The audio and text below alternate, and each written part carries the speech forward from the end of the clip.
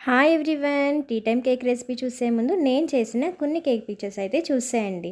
నేను ప్రొఫెషనల్ అయితే కాదు, కాకపోతే నాకు బేకింగ్ అంటే చాలా చాలా ఇంట్రెస్ట్. ఆ ఇంట్రెస్ట్తోనే నేను నేర్చుకున్నానండి. నేను చేసేటప్పుడు చాలా ఫెయిల్ కూడా అయ్యాయి. ఆ మిస్టేక్స్ని రెక్టిఫై చేసుకుని మొత్తానికి సక్సెస్ అయ్యాను. మనకి ఇంట్రెస్ట్ ఉంటే ఏదైనా సాధించగలం కదా, అలా అని. సరే, మన రెసిపీలోకి వెళ్దామా? ఫస్ట్గా అయితే 2 ఎగ్స్ తీసుకోవాలి. అవి కూడా ఒక రూమ్ టెంపరేచర్లో ఉండాలండి.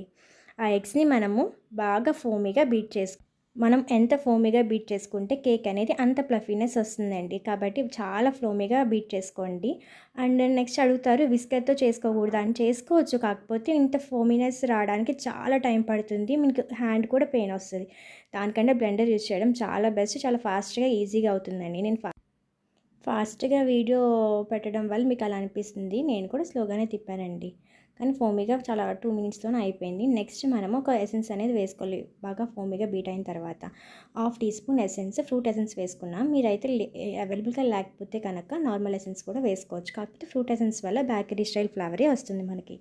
నెక్స్ట్ మనం 1 కప్ షుగర్ పౌడర్ వేసుకున్నాం. అది కూడా ఒకేసారి వేయకూడదు, కొంచెం కొంచెం బ్యాచెస్గా వేసుకోవాలి. ఎందుకంటే బాగా కలవాలండి షుగర్ పౌడర్ కూడా.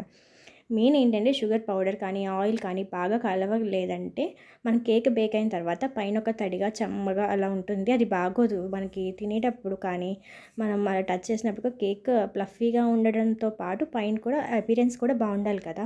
సరే, షుగర్ పౌడర్ బాగా బీట్ చేసిన తర్వాత 1/4 కప్ ఆయిల్ వేసుకోవాలండి. నేను చెప్పగా ఆయిల్ కూడా బాగా బీట్ చేసుకోవాలి. వన్స్ ఆయిల్ అనేది బాగా మిక్స్ అయిన తర్వాత మనము డ్రై ఇంగ్రీడియంట్స్ వేసుకుంటాము. ఆ డ్రై ఇంగ్రీడియంట్స్లో హాఫ్ కప్, అలాగే 2 టేబుల్ స్పూన్ల మైదా వేసుకోవాలి. నెక్స్ట్ మనము 1 టేబుల్ స్పూన్ మిల్క్ పౌడర్ వేస్తామండి. And half teaspoon baking powder అనేది వేస్తాము.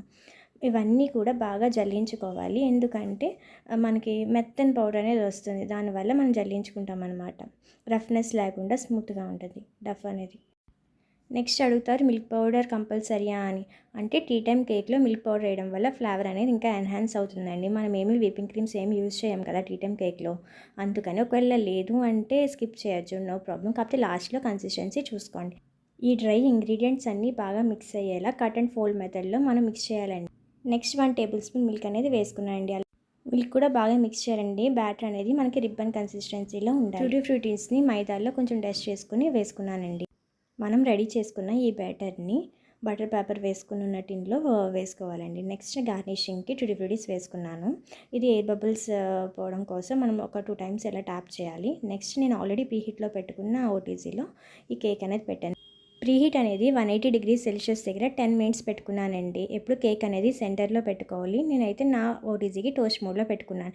నెక్స్ట్ బేకింగ్కి 10 మినిట్స్ ప్రీహీట్ అయిపోయిన తర్వాత నేను 25 మినిట్స్ పెట్టుకున్నానండి కేక్ బేకింగ్ అవ్వడం కోసం.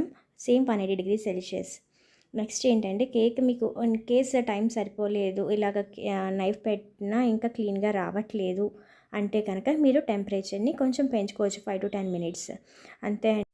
కేక్ అనేది పూర్తిగా కూల్ అయిన తర్వాతే మనం డిమోల్డ్ చేయాలండి. ఫస్ట్ నైఫ్తో ఎడ్జెస్ని అలా క్లియర్ చేసుకుని టర్న్ చేస్తే చూసారుగా చాలా ఈజీగా మౌల్డ్ అయిపోయింది. నెక్స్ట్ నేను కట్ చేసి కూడా చూపిస్తున్నాను ఎంత ఫ్లఫీగా వచ్చిందనేది. చాలా బాగా వస్తుందండి. మీరు కూడా ట్రై చేసి కమెంట్ చేయండి. మీకు ఏమైనా డౌట్స్ ఉంటే కమెంట్లో చెప్పండి. Thank you for watching. Vanitha Sagar.